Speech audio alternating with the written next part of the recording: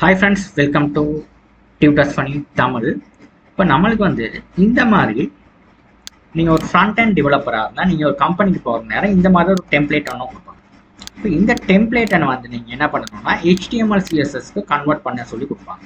இப்போ இந்த மாதிரி HTML CSS நீங்கள் கன்வெர்ட் பண்ணுறதுக்கு நம்மளுக்கு HTML CSS சரியாக படிச்சிருக்கோம். இப்போ இதை எப்படி நம்ம ப்ரொஃபஷனலாக கன்வெர்ட் பண்ணுறதுன்றதை பார்க்கலாம்.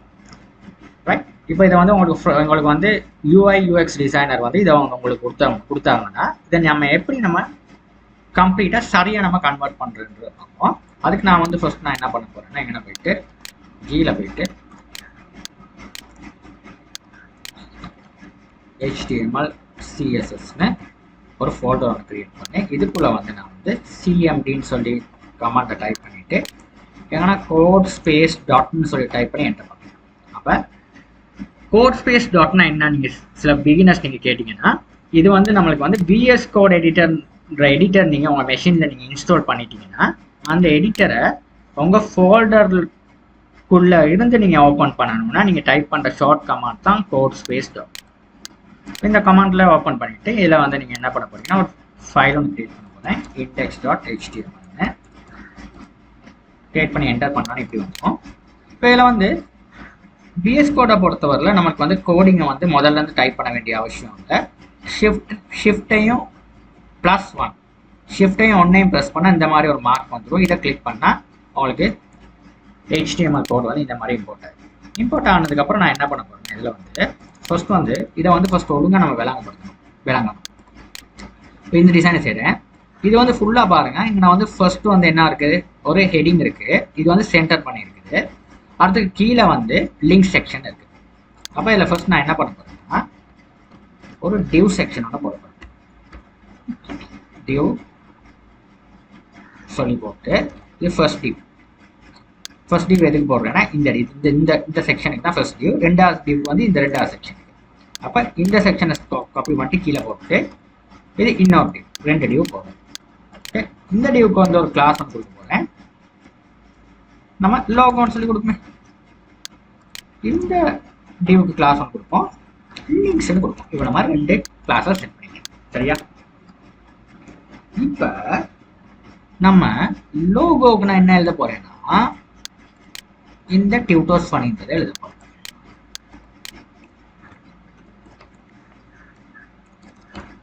சரியா? கண்ட்ரோல் சேவ் பண்ணிட்டு இதில் ஒரு எக்ஸ்டென்ஷன் இருக்கு, லைவ் சர்வர்னு சொல்லி. இந்த எக்ஸ்டென்ஷனை நீங்கள் இன்ஸ்டால் பண்ணிக்கிறீங்க. இது ஆல்ரெடி நான் இன்ஸ்டால் பண்ணியிருக்கேன். இதை இன்ஸ்டால் பண்ணிட்டீங்கன்னா இந்த ப்ராஜெக்டை நீங்கள் சேவ் பண்ண ப்ராஜெக்டை ரைட் கிளிக் பண்ணிவிட்டு ஓப்பன் இன் லைவ் சர்வரில் பார்த்தீங்கன்னா இந்த ப்ராஜெக்ட் இந்த மாதிரி வரும். ஓகே, இப்போ லிங்க்ஸில் போயிட்டு நான் என்ன பண்ண போகிறேன்னா டிவ் டாட் ஆஸ்ட்ரிக்ஸ் ஒரு 4 லிங்க்ஸ் கிரியேட் பண்ணுறது. 4 போட்டு என்டர் பண்ணால் அந்த மாதிரி 4 லிங்க்ஸ் நான் கிரியேட் பண்ணுறேன். இங்கே நான் என்ன பண்ண போகிறேன், இதுக்கு இங்கே நான் கொடுக்க போகிறேன். ஏன்னா கிளாஸஸ் எனக்கு தேவையில்லை. கிளாஸஸ் இந்த கிளாஸஸ் ஸ்டைல் பண்ணுறேன் நம்ம எடுப்போம். நம்ம கிளாஸஸ் எல்லாமே செய்கிறேன். இதை ஒன்லி லிங்க்ஸ்க்கு மட்டும் ஸ்டைல் பண்ணுறேன். இப்போ இங்கே நான் கொடுக்க போகிறேன் எல்லாத்துக்கும் ஹோம் அபவுட் சாரி எனக்கு ஜாவான்னு தானே கொடுத்துருந்தோம். இந்த Java C#, ASP, PHP, Python இந்த மாதிரி கோர்ஸ் பேர்களாக கொடுத்துருவோம். சரியா? இப்போ இதை சேவ் ஆல் பண்ணிட்டு இப்போ பார்த்தோம்னா இப்படி வர அவுட்புட். சரி, இதுதான் பார்த்தீங்கன்னா இப்படி. இப்போ இதை நம்ம ஸ்டைல் பண்ணணும். ஓகே, இது முதல்ல ரெண்டாவது. இப்போ இதுக்கு ஸ்டைல் எழுதுன சிம்பிளாக நம்ம எழுதலாம். இதுக்குள்ளேயே நம்ம எழுதுவோம் ஸ்டைல். இல்லை நீங்கள் செப்பரேட் ஃபோல்டர் கிரியேட் பண்ணி எழுதுனா பரவாயில்ல. இப்போ ஸ்டைலில் நம்ம என்ன பண்ணணும்னா ஃபர்ஸ்ட் நம்ம செய்ய வேண்டிய விஷயம் நீங்கள் ஃபர்ஸ்ட் எந்த வெப்பேஜ் செய்கிற நேரமோ இந்த பாடி இருக்குது தெரியுமா, இந்த பாடியை நீங்கள் எழுதுங்க. இந்த மாதிரி பாடின்னு சொல்லி எழுதிட்டு பாடியை ஸ்டார்ட் பண்ணுறேன், க்ளோஸ் பண்ணுறேன். இதுக்குள்ளே நான் என்ன பண்ண போகிறேன்னா மார்ஜின் 0 கொடுக்குறேன். பேடிங் 0 கொடுக்குறேன். அப்படின்னா தான் இது கணக்காக வந்து என்ன பண்ணோம்னா சரியாக இது 000ல் செட் ஆகும். இல்லைன்னா அது வந்து 0ல் செட் ஆகாது இந்த பாடி. அதுக்கப்புறம் இந்த லோகோன்னு இருக்குல்ல, இந்த லோகோவுக்கு லோகோன்னு சொல்லி எழுதிட்டு லோகோவுக்கு தான் நம்ம எழுத போகிறோம் ஸ்டைல். இப்போ லோகோவுக்கு நான் என்ன எழுத போகிறேன்னா இந்த லோகோ வந்து எப்படி இருக்கணும்னா மிடில் இருக்கும். மிடில் இருக்கணும்னா டிஸ்பிளே ஃப்ளக்ஸ்ன்றதை நான் இம்ப்ளிமெண்ட் பண்ணுறேன். நான் ஃப்ளக்ஸ் யூஸ் பண்ணி தான் செய்யணும். ஓகே, ஃப்ளக்ஸ் யூஸ் பண்ணி செய்கிற நேரம் நமக்கு ஈஸியாக இருக்கும் இது செய்யணும். அப்போ முதல் வந்து இந்த லோகோவுக்கு என்ன பண்ண போகிறேன், சென்டரில் வேணும் டிஸ்பிளே ஃப்ளக்ஸ்ன்றதை இம்ப்ளிமெண்ட் பண்ணிட்டு ஜஸ்டிஃபை கண்டென்ட் சென்டர், அடுத்தது வந்து அலைன் கண்டென்ட் சென்டர் கொடுக்குறேன்.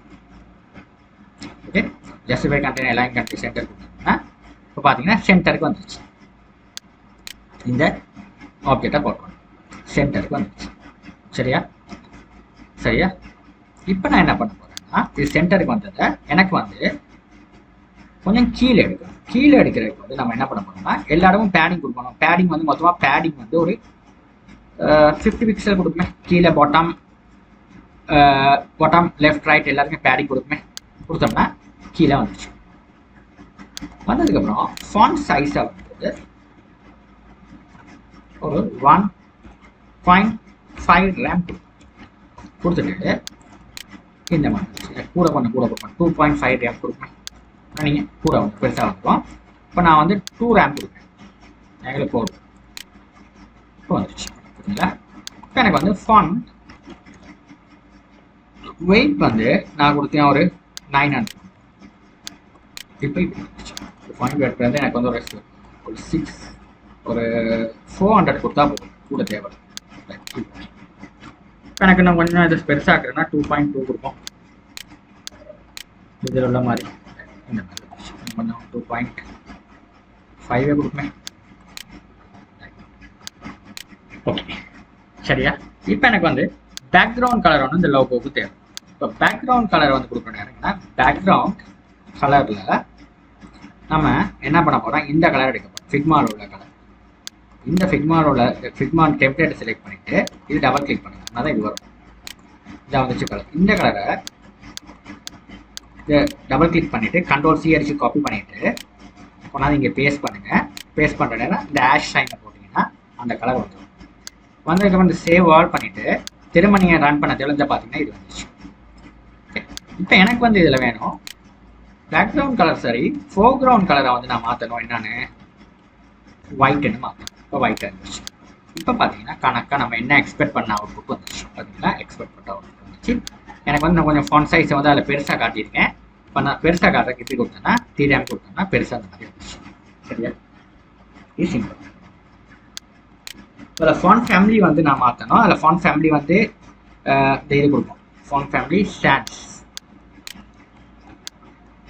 ஃபாண்ட் ஃபேமிலி எனக்கு வந்து இது கொடுத்து பார்ப்பேன்.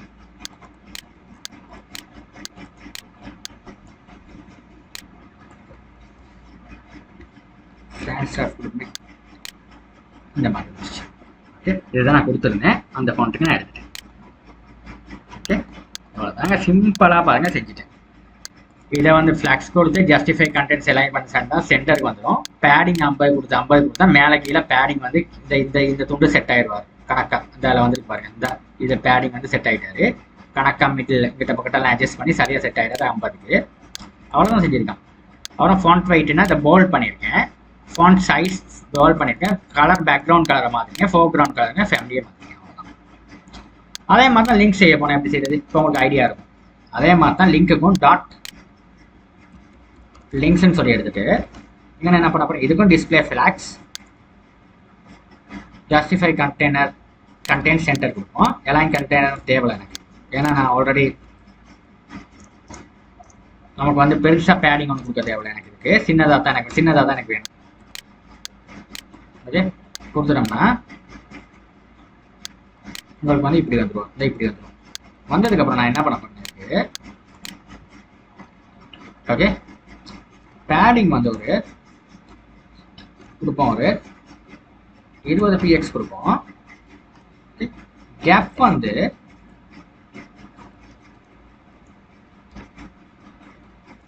ஒரு 100 பிக்சல் கொடுப்போம். இப்போ கண்ட்ரோல் சேவ் பண்ணி பாருங்க. இந்த 100 பிக்சலுக்கு வந்துச்சு. இதுக்கு இடையிலக்கான கேப்ஸ், அதான் கேப்ஸ்ன்ற ப்ராப்பர்ட்டியில் உள்ள விஷயம். அதனால இந்த ஃப்ளாக்ஸ் யூஸ் பண்ணால் ரொம்ப ஈஸியாக அதை செஞ்சுக்கலாம். நமக்கு லேஸ் அடுத்து பேடிங் இது மாதிரி கொடுத்துட்டு பேக்ரவுண்ட் கலரை கொடுக்க போகிறோம். என்ன கலர்? இந்த ஃபிக்மாவில் யூஸ் பண்ண இந்த கலர், இந்த கலர். இதை அப்படியே காப்பி பண்ணிட்டு கொண்டாந்து இங்கே போடுங்க. போட்டால் ஆஸ்டிக்காக போட்டுருங்க. சிம்பிள். அடுத்தது வந்து என்னது, பேக்ரவுண்டில் ஃபோர்க்ரவுண்ட் கலரை வந்து சரி கலரை வந்து நம்ம கொடுக்க போகிறோம். என்னது பிளாக்கே கொடுத்து பார்ப்போமே. இந்த மாதிரி வச்சு சரியா? வெரி சிம்பிள்னா வெரி சிம்பிள். இவ்வளோ அழகாக டக்குன்னு செஞ்சுட்டே பாருங்க. இதுக்கு வந்து இந்த ஃபாண்ட் ஃபேமிலியை வந்து இந்த ஃபேமிலிக்கு செட் பண்ணுவோம். வந்து ஃபாண்ட் சைஸை வந்து நம்ம உங்களுக்கு தேவையான மாதிரி சைஸை வந்து என்னன்னு கொடுத்துட்டு பார்ப்போம். சைஸ் சரியாக இருக்கான்னு. இந்த செட் ஆயிடுச்சு பாருங்க. சைஸ் மாற்ற தேவையில்ல, சரியாக செட் ஆயிடுச்சு. ஓகே, இந்த மாதிரி சிம்பிளாக நமக்கான வேலைகளை பாருங்க. அழகாக பாருங்க. இந்த மாதிரி அழகாக வந்து உங்களுக்கு வந்து இந்த மாதிரி லிங்க்ஸ் வந்து கிரியேட் ஆயிடுச்சு. வெரி சிம்பிளாக நமக்கான வேலைகளை வந்து நம்ம செஞ்சுட்டு போகணும். இப்போ நீங்கள் எழுதிட்டு போனீங்கன்னா இப்போ நம்ம இன்னும் 2-3 கோர்ஸ் போட்டோம்னா சரியாக வந்துடுவார். இப்போ நான் வந்து ஸ்ப்ரிங் போர்ட்